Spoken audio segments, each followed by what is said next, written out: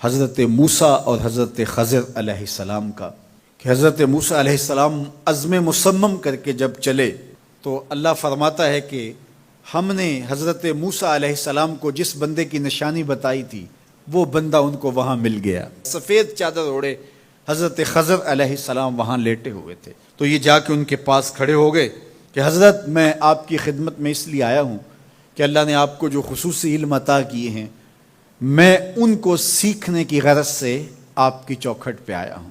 کہا تم میرے ساتھ صبر نہیں کر پاؤ گے، معاملے مشکل ہیں، سفر دشوار ہے، منزل کٹھن ہے، اور میرے معاملات ایسے ہیں کہ تم اعتراض کرو گے اس کے بغیر تم رہ نہیں سکتے۔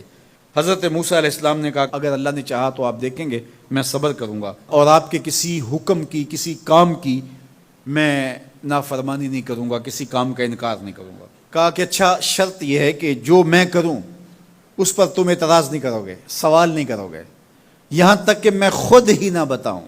تو کہا کہ یہ شرط ٹھہری، میں کوئی بات نہیں کروں گا۔ فانطلقا، دونوں چل پڑے، دریا کے پار جانا تھا۔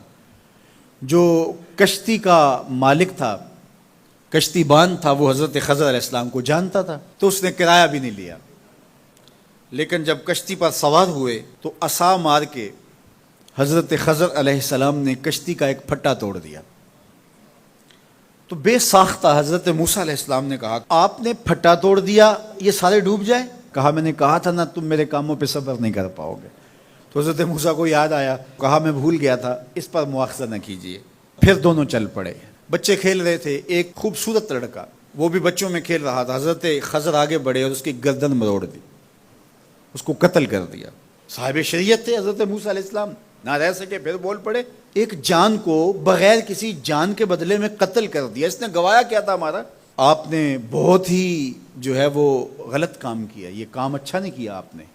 کہا میں نے کہا نہیں تھا کہ تم میرے ساتھ صبر نہیں کر پاؤ گے۔ کہا ایک موقع اور دے دیجئے، اب اگر میں نے کوئی اعتراض اٹھایا تو پھر دوبارہ مجھے آپ اپنی صحبت میں نہ رکھیے، عذر تمام ہو جائے گا۔ پھر دونوں چل پڑے، یہاں تک کہ ایک بستی میں دونوں آئے تو آپ نے بستی والوں سے کہا کہ ہم مہمان ہیں، آپ ہماری مہمان نوازی کیجیے، کھانا کھلائیے۔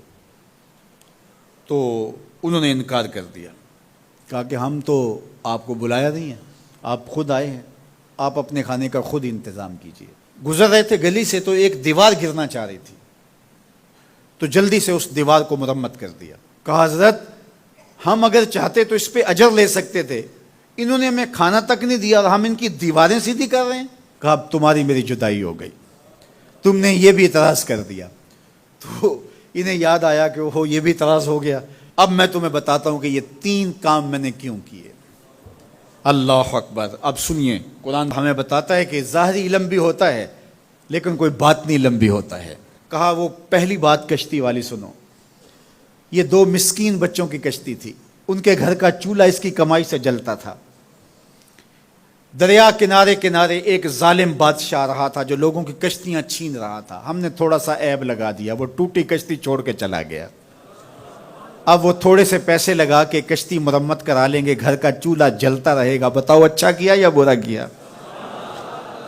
کہا رہی بات اس بچے کی جس کو ہم نے قتل کیا، اس کے ماں باپ مومن تھے، نیک تھے، صالح تھے، بچے نے بڑا ہو کے بہت برا ہونا تھا، ہم نے اس کو قتل کر دیا، اللہ اس کے بدلے ان کو بہتر اولاد دے گا۔ علماء تفسیر نے لکھا ہے اس بچے کے بدلے میں اللہ نے ان والدین کو ایک بیٹی عطا کی جس کی نسل سے 70 نبی پیدا ہوئے۔ دیوار کی کہانی بھی سن لیجئے، یہ شہر کے 2 یتیم بچوں کی دیوار تھی اور اس کے نیچے ان کا خزانہ تھا اور ان کا باپ بڑا نیک تھا۔ خزانہ دیوار کے نیچے ہے، دیوار گرنا چاہ رہی ہے، کسی معمولی دھکے سے گر جاتی۔ 2 ہی صورتیں تھیں، یا وہ بچے خود اپنا خزانہ اٹھا لیتے یا لوگ اٹھا کے لے جاتے۔ لوگ اٹھا کے لے جاتے پھر بھی ہاتھ میں کچھ نہ آیا، اور اگر وہ خود اٹھا لیتے تو بچے ہیں، بچپنے کی وجہ سے وہ اس کو اڑا دیتے۔ تو ہم نے اس کے اوپر دیوار کھڑی کر دی، جب تک وہ اس قابل نہیں ہو جاتے کہ یہ خزانہ نکال کے اس کو صحیح مصرف پہ لگا سکیں، اتنی دیر تک دیوار گرے گی نہیں۔ اللہ اکبر۔ وہ کسی وجہ سے دیوار قائم رہے گی، اور جب وہ اس عمر کو پہنچ جائیں گے جس عمر میں وہ اس خزانے کو سنبھال سکیں گے تو پھر دیوار خود بخود گر جائے گی اور یہ خزانہ نکال کر کے اپنے کام پہ لے آئیں گے۔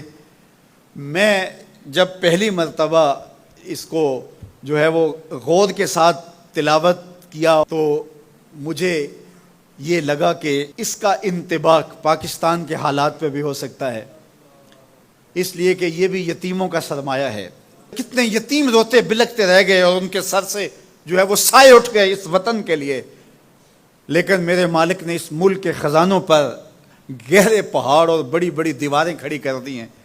جب تک یہ قوم بلوغت تک نہیں پہنچے گی اتنی دیر تک وہ خزانے ظاہر نہیں ہوں گے، اور جب یہ قوم اپنی بلوغت تک پہنچے گی، شعوری بلوغت، فکری بلوغت، علمی بلوغت، اور رب سے جو وعدہ کیا تھا پاکستان کا مطلب کیا، لا الہ الا اللہ، جب اس بلوغت تک یہ پہنچ جائے گی، اس وعدے کی تکمیل ہوگی، پھر رب دیوار ہٹا دے گا اور پاکستان کو اللہ اتنے خزانے دے گا اور پاکستان ایسا مالا مال ہوگا دنیا دیکھنے آئے گی انشاءاللہ۔